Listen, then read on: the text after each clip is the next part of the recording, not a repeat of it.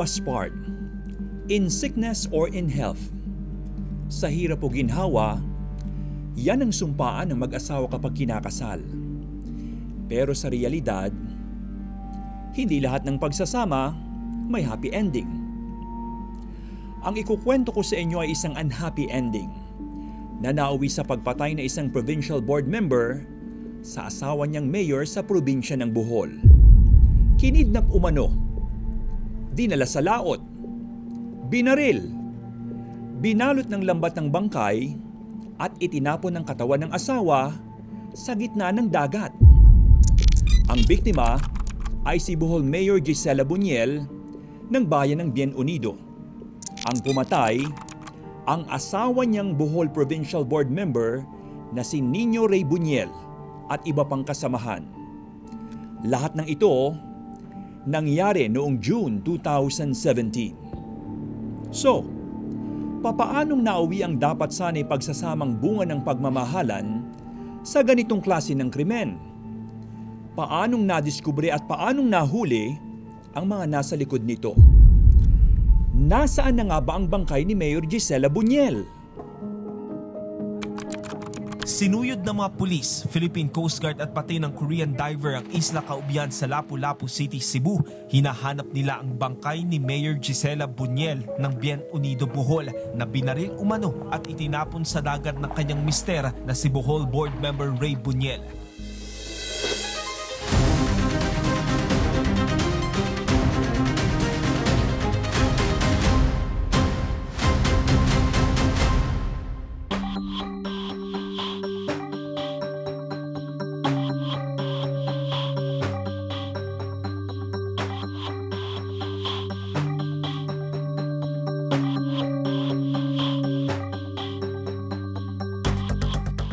Captain Giselle, bago pa siya tawaging mayor. Captain ang tawag kay Giselle. Isang licensed pilot kasi si Giselle at galing sa isang pamilya ng mga piloto. In fact, si Giselle Bendong Buñuel ang first female commercial pilot ng AirAsia Airlines at ilang taon rin siyang commercial pilot based sa Cebu bago niya nakilala ang asawa na si Nino Ray Buñuel. Si Nino Ray Buñuel naman, taga-bayan ng Bien Unido sa Bohol. Dating mayor ang kanyang ama, businesswoman naman ang ina. At noong 2007, sa edad na 29 years old, tumakbo at nanalong mayor si Nino sa kanyang bayan. Nagkakilala sina Nino at Giselle through common friends. At noong 2015, kinasal sila. Pareho silang young, successful, good-looking, mabait sa mga tao. Kaya naman, well-liked sila ng mga residente ng Bien Unido. Power couple pa nga ang tingin ng iba dahil sa kanilang status sa bayan nila. Maraming bumilib kay Nino kasi naitaas niya ang antas ng kanyang bayan sa pamamagitan ng pag-improve ng turismo. Scuba diver si Nino at nasa likod ng pagpapatayo ng sikat na dive resort sa bayan nila. Naka-attract siya ng maraming local at foreign tourists dahil sa pag-develop at pag-promote ng mga dive sites tulad ng Rare Double Barrier Reef na reachable mula sa Bien Unido. So, sino naman ang mag-aakala na sa dive resort na ito at ang katabing dagat ay kauuwian ng pagpatay kay Giselle? Nang pumutok ang balita sa mga pangyayari sa likod ng krimen, hindi makapaniwala ang mga residente ng Bien Unido. Ano nga ba ang nangyari at nauwi sa ilalim ng dagat ang katawan ni Giselle? Mula sa mga naibalitang interviews noon sa TV Patrol Central Visayas, sinabi ni Angela Leison sa media na matagal na umanong hindi nagkakasundo ang mag-asawa at gusto na umanong umalis ni Gisela sa pagsasama nila ni Nino. Si Angela ay best friend ni Gisela. Matagal na silang magkaibigan mula pa noong high school dahil pareho silang nag-aral sa Iligan City National High School. Si Angela ay isang vital witness sa kasong ito. Mamaya, yan na ikukwento ko. Sabi pa ni Angela, lagi raw umanong nagsasabi si Giselle sa kanya na nahihirapan na si Gisela sa mga responsibilidad na isang public official. Noong 2016 kasi, tumakbo at nanalo si Giselle bilang mayor ng Bien Unido matapos ang termino ni Nino bilang mayor. Si Nino naman, tumakbo at nanalong member ng Bohol Provincial Board. At noong June 9, 2017, sa isang interview sa morning show na Umagang Kay Ganda, sinabi ng Noy PNP Regional 7 Director na lumabas sa kanilang investigasyon na nais na ngang mag-resign ni Mayor Gisela at may plano itong mag-file ng annulment. Lumabas rin sa investigasyon ng pulis na bago ang krimen, ilang buwan na palang may matinding away ang mag-asawa. Kasama sa mga itinuturong pinag-ugatan ng problema ng mag-asawa ay yung umano'y malaking pagkakautang ni Giselle at mayroon umanong ibang karelasyon si Giselle. Sa version ng kwento naman ni Nino, lagi raw hindi na umuuwi sa kanila si Giselle at palaging nakalib sa trabaho. Sa parehong interview sa programang UKG, sinabi ni Chief Superintendent Talino na may impormasyon sila na isang araw bago nangyari ang krimen, nakapagpa-psychological test pa si Giselle bilang paunang hakbang at requirement sa inihaing annulment case para makakalas na sa kanyang mister. Sabi pa ni Chief Superintendent Talino sa programa, lahat ng ito ay sinabi sa kanya ni Nino Buñuel noong in-interview niya habang nakadetain ito sa police station. June 6, 2017. Sa sinumpaang salaysay ni Angela, ito mga nangyari. Magkasama si Giselle at Angela at ang 17-year-old na anak ni Angela sa Tagbilaran City sa Bohol. Kasama rin nila ang Executive Secretary ni Giselle na si Brian Saison at ang Tourism Officer na si Willie Hoylar. Sinamahan ni Angela si Giselle sa pagpa-file ng isang cyber libel case sa Tagbilaran Prosecutor's Office.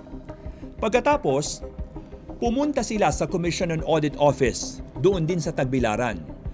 Pagkatapos noon, nag-lunch muna sila.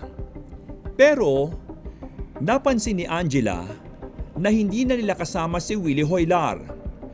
Dapat ay pabalik na sila sa Cebu City pagkatapos kumain. Pero tumawag kay Giselle si Willie Hoylar.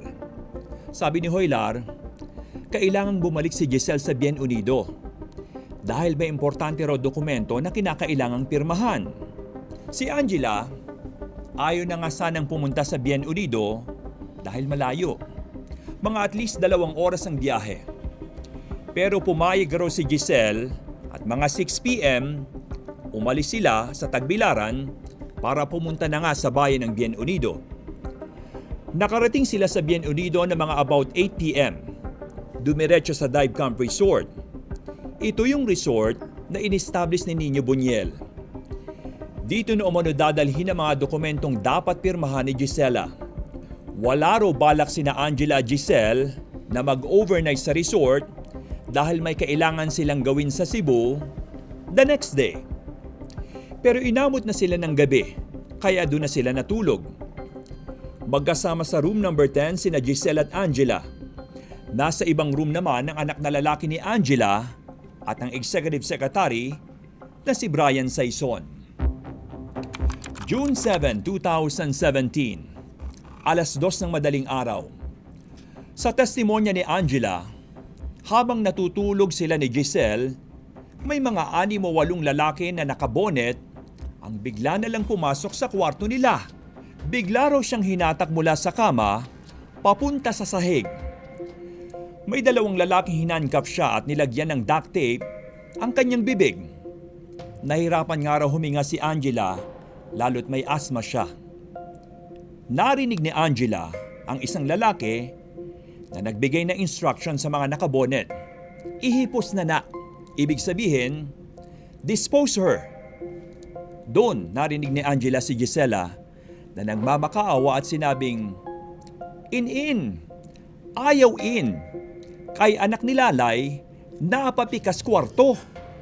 Ibig sabihin, wag in. Dahil ang anak ni Lalay ay nasa kabilang kwarto. Ang nickname kasi ni Nino ay In. At ang nickname o tawag naman ni Giselle kay Angela ay lalay. Matapos itong marinig ni Angela, sabi sa affidavit, na-recognize niya ng isa sa mga lalaking may bonnet ay si Nino Ray Buñuel. Habang nasa sahig siya, may isang lalaki na pinalo siya ng baril sa ulo at yung ibang kasama, tinaser siya sa leeg. Habang nangyayari ang lahat ng ito, narinig niya si Giselle na nagmamakaawa pa rin kay Nino na wag nang idamay ang kaibigan at ang anak nito. Tapos, nakita niyang sinuntok ni Nino si Giselle at kinaladkad palabas na ng kwarto. Sa tindi ng pag-taser at palo sa kanya, ay nawalan daw ng malay si Angela. Nagkamalay si Angela makalipas ng isang oras. Nasa kwarto pa rin siya. Naka-duct tape ang kalahati ng mukha at naka-handcuffs pa rin. May dalawang lalaki na sinabihan siyang, "Magbihis ka na." Tapos, dinala siya sa isang sasakyan. Maya-maya lang, dumating at tumabi na sa kanya ang kanyang anak, sakalang inalis ang duct tape at handcuffs. Tapos, dinala sila sa bayan ng Tubigon, Bohol, kung saan binilhan sila ng ticket sa port para bumalik na sa Cebu. Matapos yan, hindi na alam ni Gisela kung ano ang mga sumunod na nangyari sa kanyang kaibigan. Nakarating si Angela sa Cebu mga alas 8 ng umaga ng June 7, 2017. Ilang oras matapos silang pasukin ng mga lalaki sa kwarto ng resort. At dun sa Cebu, agad nagsumbong si Angela sa mga otoridad. Kumilos naman agad ang mga pulis. Nung gabi nung araw ding yon, inimbitahan ng mga pulis si Nino at 4 pa niyang kasamahan sa police station. 2 sa kanila, si Riolito Buñuel na pinsan ni Nino at si Randel Lupas na driver ni Nino at employee sa LGU ng Bien Unido. Umamin sa pulis sa nangyaring krimen at itinuro si Nino bilang mastermind. Sa sinumpaang salaysay ni Riolito Buñuel, ito ang nangyari kay Mayor Gisela Buñuel. Sabi ni Riolito, noong mga 7 o'clock ng gabi, June 4, 2017, 3 araw bago ang krimen, meron daw meeting sa Dive Camp Resort sa Bien Unido. Ang nandun sa meeting na yon, nandun siya, si Nino Buñuel, yung tourism officer na si Willie Hoylar, JR De Los Reyes, si Lobo Buñuel at ang driver na si Randel Lupas. Sa meeting, narinig umano ni Riolito na humihingi na ng tulong si Nino sa grupo sa pagresolba ng problema nito sa asawang si Giselle. June 6, 2017, sa salaysay pa rin ni Riolito, tinawagan siya ni Nino na pumunta na sa Dive Camp Resort. Pagdating niya doon, mga alas 7 ng gabi. Nakatulog siya sa paghihintay kay Nino. Mga hating gabi, ginising siya ni Nino at sinabihan siya na ilipat ng isang palm boat malapit sa pier ng resort. Nakasalubong niya si Lobo Buñuel, isa pang relative ni Nino. Sinabihan siya na mayroong lambat at 2 malalaking bato sa palm boat. Huwag daw gagalawin yan ang bilin. Pagkalipat niya ng palm boat sa pier, nakita ni Riolito si Randel Lupas at isang Alan De Los Reyes Jr. na may buhat-buhat na tao, nakabalot sa blanket at inilagay nila sa palm boat. Si Alan De Los Reyes ay yung sinabi ni Riolito na isa pang kasama sa meeting na isinagawa sa dive camp noong June 4. Pagkatapos, inutusan siya umano ni Nino Buñuel na paandarin na ang pump boat patungo sa Olango Channel at sinunod naman niya. Kasama ni Riolito sa pump boat si Nino Buñuel at si Alan De Los Reyes. Mga 4 a.m., habang umaandar na ang pump boat, tinanong pa raw ni Nino si Riolito kung nasa gitna na sila ng dagat in between Caubian Island at Olango Channel. Sabi ni Riolito, oo, pinahinto raw ang pump boat. Tinanggal nila ang takip sa taong nakabalot sa kumot. Doon na nakita ni Riolito na ang laman pala ng kumot ay si Mayor Gisela Buñuel. Nagising si Giselle. Nakita pa ni Riolito na itinutok ni Nino ang baril sa ulo ni Giselle. Umiwas pa raw si Giselle sa baril pero Hinawakan umano ni Nino ang buhok ng kanyang asawa. Nagtalo pa raw sila ng sandali. Tapos, biglang pinaputok ang baril. Doon na nakita umano ni Riolito na binaril ni Nino sa ulo ang asawa. Pinapatay ni Nino ang makina ng pump boat. Nakita ni Riolito na kalahati ng katawan ni Giselle nakasampa sa pump boat at ang kalahati naman nakalubog na sa dagat.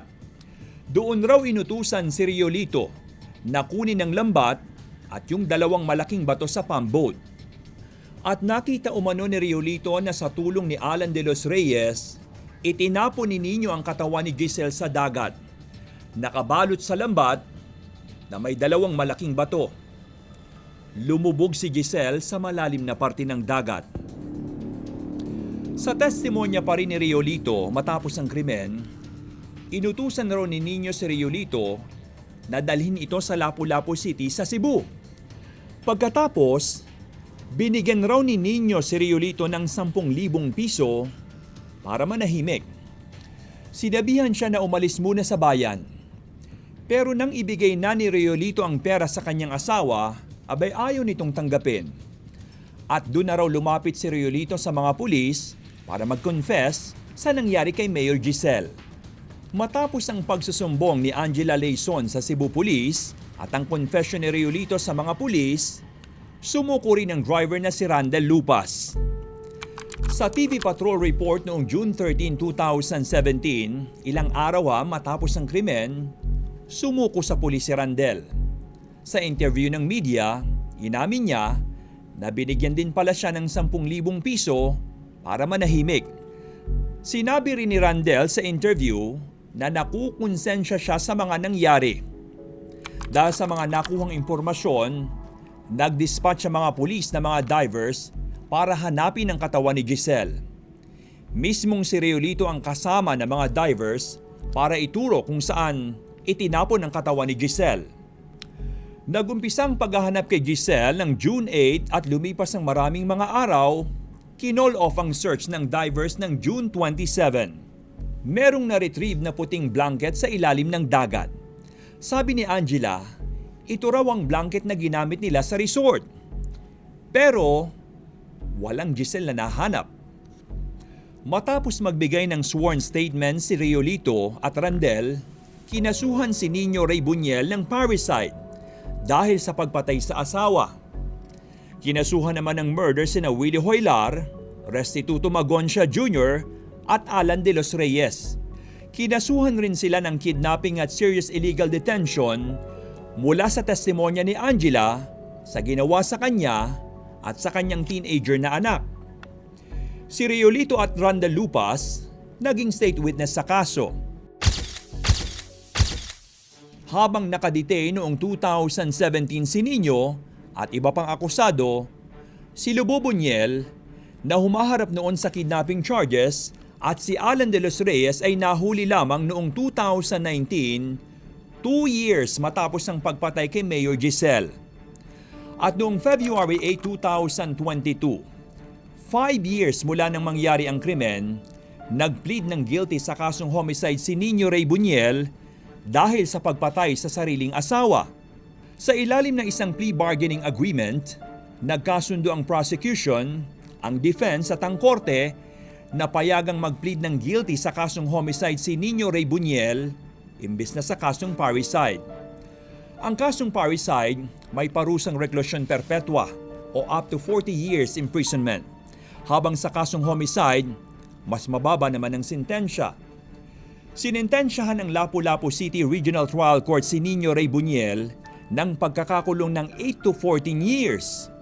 Sina Hoylar, De Los Reyes at Magoncia nag-plead rin ng guilty sa kasong homicide at nasintensyahan rin ng parehong parusa.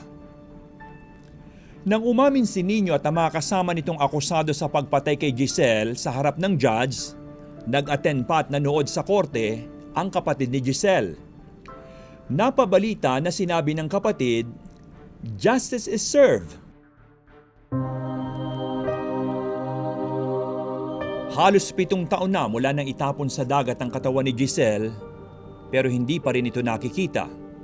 Pero hindi tumitigil sa pag-alala ang pamilya ni Giselle at ang mga kaibigan tulad ni Angela tuwing dumarating ang anibersaryo ng kanyang pagpanaw. Nakausap namin si Angela Leison. Sabi niya, handa na siyang magpatawad at nais na rin niya ng closure. Nagpadala ng statement sa amin si Angela at ito ang ilan sa kanyang mga sinabi.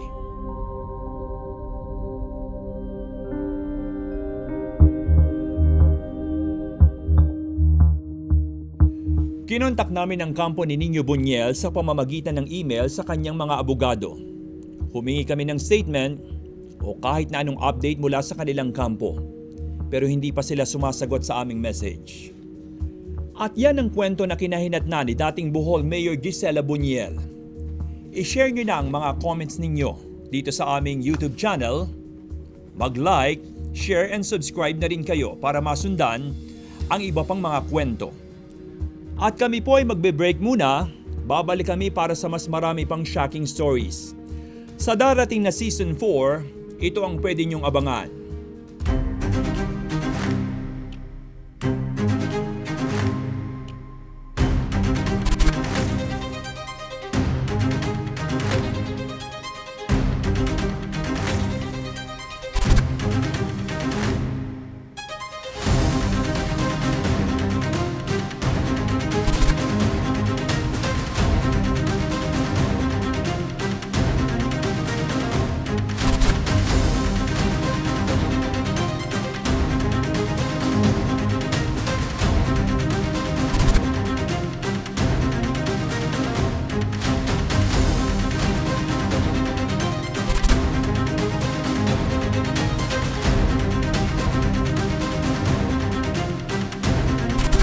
Ako si Jesse Cruzat. Ako po si MJ Felipe. Ako si Johnson Manabat. Ako po si Jeff Caparas. Ako si Dennis Dato. Ako po si Liza Aquino at ito ang Philippines' most shocking stories.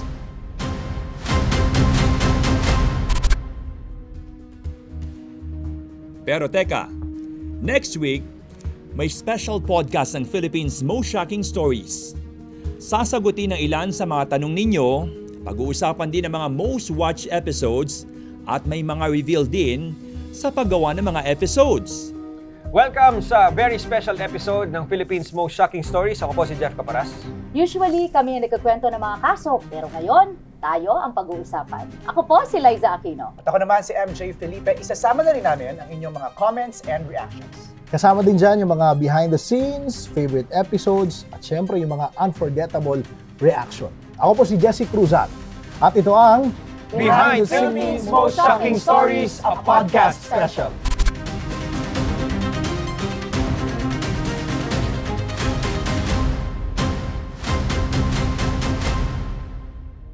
Abangan yan sa susunod na Martes. Salamat sa panunood. Ako si Johnson Manabat at ito ang Philippines' Most Shocking Stories.